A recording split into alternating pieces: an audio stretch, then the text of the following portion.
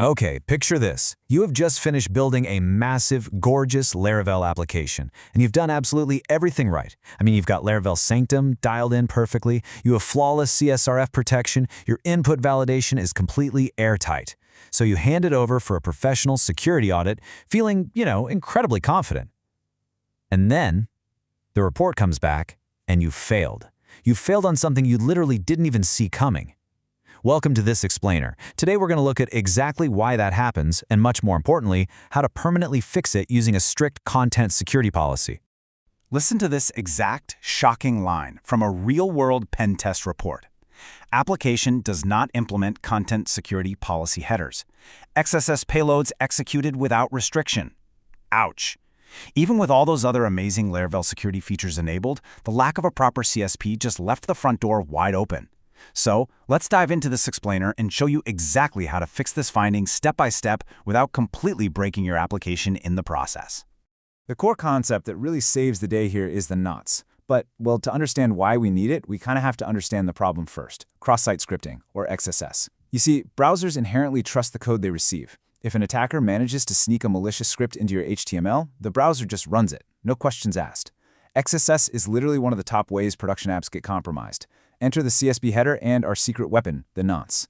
Think of it like a magic one-time passcode. You generate a random string on the server for every single request, you drop it in your HTTP header, and you attach it to your trusted script tags. If the nonces match, the script runs. If an attacker injects a script, it won't have the nonce, and the browser just blocks it cold. But here is the trap that almost everyone falls into right out of the gate. You realize you need a CSP, right? So you go into your Nginx or Apache server config, and you just add a static header. And immediately, your front end completely breaks. Alpine, Livewire, Vue, nothing works. So developers Google the error, they find a quick fix, and they add the directive unsafe-inline to their policy. Boom, your app works again. But guess what? You've just made your CSP completely useless. Unsafe-inline allows any script to run, including the attackers. The actual fix isn't at the server level at all. It's generating that nonce dynamically, per request, right inside Laravel. Now, before we write a single line of middleware, there's a really vital mindset shift we have to make. A strict CSP forces you to write cleaner templates. You basically have to say goodbye to inline event handlers like onClick equals doThing sitting right inside your HTML buttons. Why? Because those inline attributes cannot securely carry a nonce. Instead, you've got to refactor. Give your elements an ID or a class, and attach your event listeners over in your separate, dedicated JavaScript files. And the exact same goes for inline styles. Once you embrace the separation, honestly, your app isn't just more secure, it's a whole lot cleaner. Let's see how this actually builds out into our Laravel middleware. We generate a file called secure headers middleware. In the handle method, right before we pass the request on, we follow these specific steps. First up, generate a 16-byte random nonce using real cryptographic randomness, random byte 16. Do not use basic timestamps or simple hashes here. Actually, scratch that. Don't use anything predictable. It must be totally random. Second, use Vue share to push that nonce into every single blade template globally. Third, we tell Vite about the nonce. And finally, we construct and output the headers. Okay, so the absolutely crucial point here is this specific line of code. Vite.use CSP nonce. This is the easiest step to miss, and I promise you it will cause massive headaches if you do. When Laravel renders your Vite assets, it automatically injects a tiny little inline script to bootstrap everything. If you don't explicitly pass your generated nonce to Vite using this method, that bootstrap script gets blocked by your own security policy. And the result? Your entire JavaScript bundle just silently fails to load. You won't even see a helpful error in your console, just a totally broken app. So please, whatever you do, don't skip this line.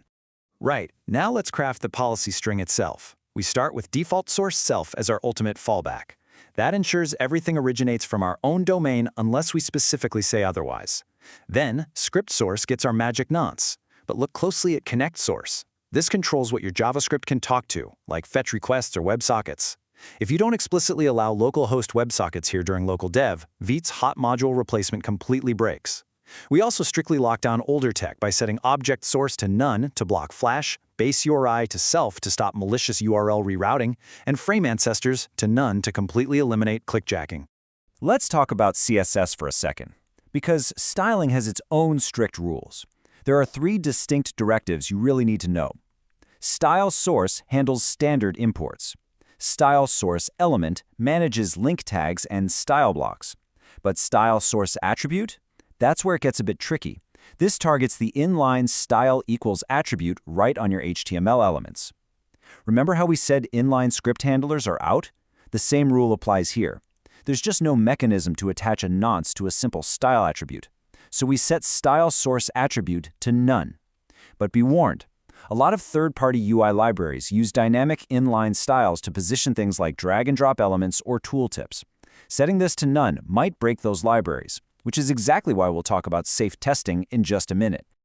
Let's look at how this all plays out in your Blade files.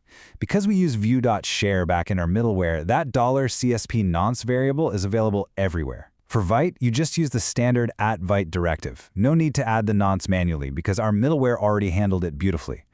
But for inline config scripts or specific tools, it's a little different. Say you're using Livewire. You actually have to explicitly pass the nonce into the Livewire script config directive. It's a small difference, sure, but it's vital for making sure modern reactive frameworks play nicely with our new strict security. Okay, so you've built the wall, but how do you actually know if anyone is throwing rocks at it? This is where violation reporting comes in, and it's a step so many tutorials just entirely skip. Browsers will actually send a JSON report to an endpoint on your server whenever a violation occurs. And this brilliantly illustrates the real power of CSP. The payload gives you two massive clues. The blocked URI tells you exactly what suspicious script tried to run, and the violated directive tells you exactly which of your rules caught it. You literally get complete visibility into the attacks happening against your front end.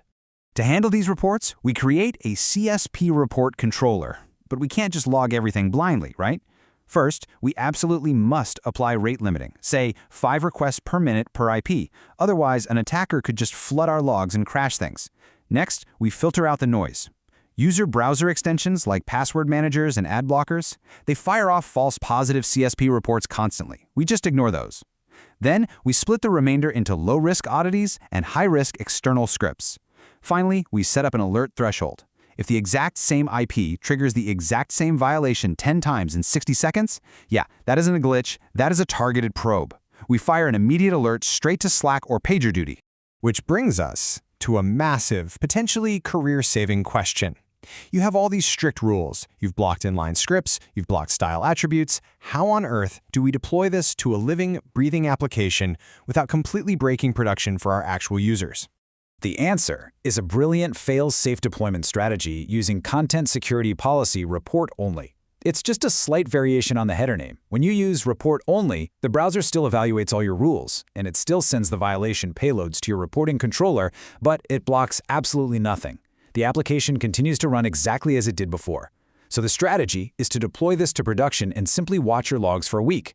You'll quickly see if a legitimate third-party UI library or a payment script is getting flagged. You fine-tune your policy based on real, actual data, and only when the logs are totally silent do you drop the report-only tag and enforce the rules for real. And let me tell you, the results speak for themselves. By taking this exact path, 2 weeks in report-only mode, plus an afternoon of fine-tuning, the app security grade went from a D all the way to an A+. The pentest finding was officially closed. But even better, shortly after enforcement, the logs caught 2 third-party CDNs trying to inject unapproved tracking scripts. The middleware stopped them cold. A standard code review would never have caught that. Oh, and be sure to check the description below this explainer. We've linked a free visual CSP generator tool mentioned in the source that actually writes the Laravel middleware code for you, along with a super handy pre-enforcement checklist. Which leaves us with one final thought. Take a hard look at your own stack. If an XSS payload slipped past your input validation and hit your application's front end today, right now, would your middleware step up and stop it, or would your browser just blindly execute it? It's a tough question, for sure, but with a strict, properly configured content security policy in Laravel, it's one you'll never have to worry about answering wrong again. Thanks for joining me to explore this absolutely essential security pattern.